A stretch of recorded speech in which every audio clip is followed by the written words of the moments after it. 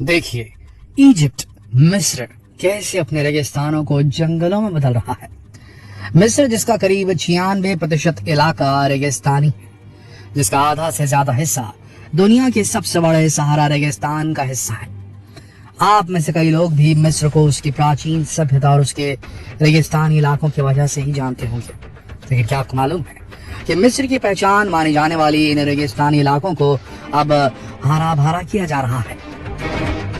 यानी दूसरे कई देशों की तरह यहाँ के रेगिस्तान में भी अब हरियाली नजर आने लगी है और आने वाले वक्त में इस पर और भी जोरों शोरों से काम किया जाने वाला है। अब आपके दिमाग में सवाल जरूर आ रहा होगा कि जहां मिस्र के रेगिस्तान टूरिज्म की वजह से उसके इनकम का एक प्रमुख जरिया है, तो भला मिस्र की सरकार को ऐसी क्या जरूरत पड़ गई जो वो अपने डेजर्ट या यूं कहें अपने देश की खूबसूरती को हरियाली में बदल रही है। तो आइए ये भी जान ही लेते हैं कि इजिप्ट में ये क्यों और कैसे किया जा रहा है। इजिप्ट, जिसे मिस्र भी कहा जाता है, मिस्र अफ्रीका और मिडिल ईस्ट के सबसे आधुनिक पॉपुलेशन वाले देशों में से एक है। और हैरानी की बात तो यह है कि यहाँ की जनसंख्या का ज्यादातर हिस्सा नील नदी के किनारे ही रहता है। और वो इसलिए क्योंकि इसी जगह पूरे देश में खेती के लायक जमीन मिल पाती है। बाकी का बचा हुआ हिस्सा सहारा मरुस्थल का है। वहाँ के भी एक बड़े हिस्से में बहुत ही कम लोग रहते हैं। वहीं मिस्र दुनिया को आलू, प्याज, बीन्स, अंगूर, टमाटर, कपास जैसी चीजों का एक्सपोर्ट भी करता है और यही इसकी कमाई का मेन जरिया भी है। लेकिन खेती के लिए जमीन तो चाहिए ही ना। और यहाँ तो सबसे बड़ी दिक्कत उपजाऊ जमीन की ही है। जी हाँ, मिस्र की आबादी हर साल करीब 2 मिलियन की स्पीड से बढ़ रही है। ऐसे में लोगों के रहने के साथ साथ खेती के लिए भी तो ज्यादा जमीन की जरूरत पड़ेगी ही ना। बस इसीलिए अब मिस्र के लोगों की नजर अपने डेजर्ट वाले इलाके पर है, जिसे लोग अब खेती के लिए इस्तेमाल करना चाहते हैं। उसे हरा भरा बनाने की कोशिशों में लगे हैं। और आपको बता दें कि इसकी शुरुआत भी की जा चुकी है। रेतीला मिस्र हरियाली की मिसाल पेश करने जा रहा है।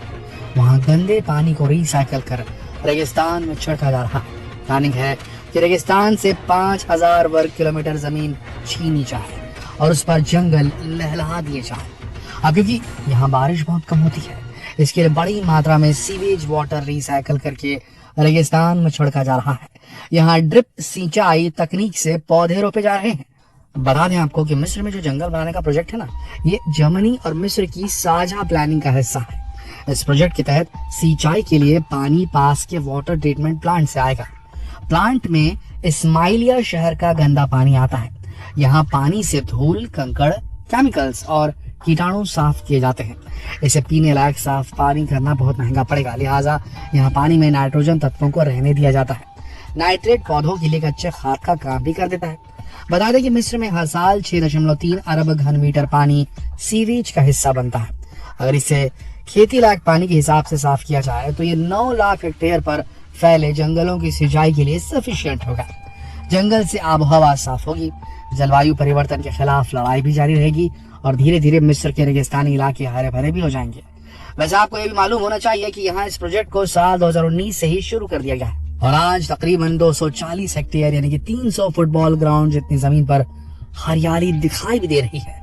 वहीं कोशिश है कि आने वाले सालों में 5 लाख हेक्टेयर रेगिस्तानों को भी पेड़ों की छांव से ठंडा किया जाएगा। वहीं जैसा कि हमने आपको बताया कि मिस्र की लगभग आधी से ज्यादा आबादी नील नदी के डेल्टा में रहती है। इस इलाके का भरण पोषण करने वाली नील नदी पूरे मिस्र की वाटर रिक्वायरमेंट्स के 90% की सप्लाई करती है। लेकिन यहाँ का बढ़ता टेम्परेचर शक्तिशाली नील नदी को भी दिन ब दिन शुष्क यानी कि ड्राई बनाता जा रहा है। वैज्ञानिकों और किसानों का कहना है कि इसका असर सॉइल सैलिनिटी पर भी दिखाई पड़ रहा है और ये समस्या अरब क्षेत्र की सबसे घनी आबादी वाले इस देश में फूड प्रॉब्लम को बढ़ावा दे सकती है। डेल्टा के दक्षिणी हिस्से में खेती के सहारे अपनी रोजी रोटी चलाने वाले किसानों का कहना है कि नील नदी के लगातार सिकुड़ने की वजह से अब इस क्षेत्र में पानी नहीं आ रहा। पानी की कमी की वजह से किसानों को ग्राउंड वाटर का सहारा लेना पड़ रहा है और इस वजह से अधिक पानी की खपत वाली फसलों जैसे कि चावल की बुआई अब बंद कर दी गई है। वैसे मिस्र के इकोनॉमिस्ट की एक रिसर्च के मुताबिक साल 2050 तक ये इलाका सॉइल सैलिनिटी की बढ़ोतरी की वजह से अपनी प्रमुख कृषि भूमि का 15% हिस्सा खो सकता है। रिसर्च में कहा गया है कि टमाटर की उपज 50% तक गिर सकती है। गेहूं और चावल जैसे मेन अनाजों की उपज में भी 18 और 11% तक की गिरावट आने के चांसेस हैं। तो अब आप ही सोचिए, भला इतनी बड़ी आबादी के पास अब डेजर्ट में आगे बढ़ने के अलावा क्या ऑप्शन बचता है। और इसी वजह से यहाँ रेगिस्तान में हरियाली लाने के हर वो उपाय किए जा रहे हैं जिससे यहाँ के लोगों को खेती करने में मदद मिले। इसके लिए यहाँ के किसान रेगिस्तान में पानी इकट्ठा करने का एक अनोखा तरीका फॉग नेट का भी इस्तेमाल कर रहे हैं, जिसमें हवा में चलने वाले फॉग से, धुंध से पानी इकट्ठा करने के लिए एक तकनीक का इस्तेमाल किया जाता है जिसे फॉग यानी कि धुंध की हार्वेस्टिंग कहा जाता है। फॉग हार्वेस्टिंग सिस्टम कहते हैं इसे आमतौर पर उन इलाकों में लगाया जाता है जहाँ कोहरे की ज्यादा मात्रा होती है। वहीं जहां तक बात नील डेल्टा की है तो मिस्र की फूड सिक्योरिटी में इसका बहुत बड़ा रोल है और यहाँ होने वाली समस्याओं का सामना करने के लिए भी ढेरों उपाय किए जा रहे हैं, जैसे सोलर पैनल पर बेस्ड सिंचाई व्यवस्था और डीजल जनरेटर का इस्तेमाल सिर्फ सूर्यास्त के बाद, सूरज के ढलने के बाद ही इस्तेमाल किया जाना वगैरह वगैरह। आपको बता दें कि मिस्र की राजधानी काहिरा से 2 घंटे की दूरी पर बसा इस्माइलिया शहर, जहाँ का तपता रेगिस्तान यहाँ बसने वाली जिंदगी के लिए एक बहुत बड़ी मुसीबत की तरह था। वहाँ के भी कई इलाके अब हरे भरे नजर आ रहे हैं और बाकी के बचे इलाकों में भी रेत के इस टुकड़े को हरा भरा करने की तैयारी हो रही है। ड्रिप सिंचाई तकनीक से रेगिस्तान में पेड़ रोपे जा रहे हैं। रिसर्चर्स यहाँ चीड़ के जो पेड़ होते हैं वो लगा रहे हैं, जो बहुत कम पानी में भी खड़े हो जाते हैं। अब जैसे कि आप भी ये जानते ही हैं कि हर सिक्के के 2 पहलू होते हैं। जहाँ एक और मिस्र की सरकार अपनी बढ़ती जनसंख्या को बचाने के लिए ऐसा कर रही है, या फिर अपने लोगों का पेट भरने के लिए, या फिर अपने सोर्स ऑफ इनकम को बढ़ाने के लिए, लेकिन दुनिया भर के कई कंजर्वेशनलिस्ट इस पर सवाल भी खड़े कर रहे हैं। उनका कहना है कि रेगिस्तान को खत्म करना तर्क संगत बिल्कुल भी नहीं है। रेगिस्तान को हरा भरा करना ना तो प्रैक्टिकल है ना ही सस्टेनेबल, और हो सकता है कि इंसानों को इसका खामियाजा भी भुगतना पड़े। वहीं कुछ क्रिटिक्स का ये भी मानना है कि मिस्र को अपने एग्रीकल्चर के बजाय डेजर्ट टूरिज्म पर ज्यादा ध्यान देना चाहिए। उनकी माने तो रेगिस्तान में खेती ज्यादा दिनों तक टिकाऊ नहीं हो सकती और शायद ही इससे फायदा हो। वहीं इसके उलट ऐसा करना दुर्लभ वाइल्ड लाइफ को भी नुकसान पहुंचा सकता है, जिससे टूरिज्म को भी बड़ा नुकसान पहुंच सकता है।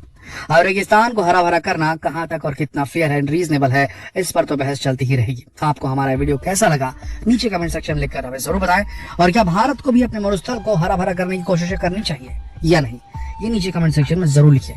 और इस बात पर चर्चा करने के लिए इस वीडियो को शेयर करें फेसबुक पर, व्हाट्सएप पर, यूट्यूब पर।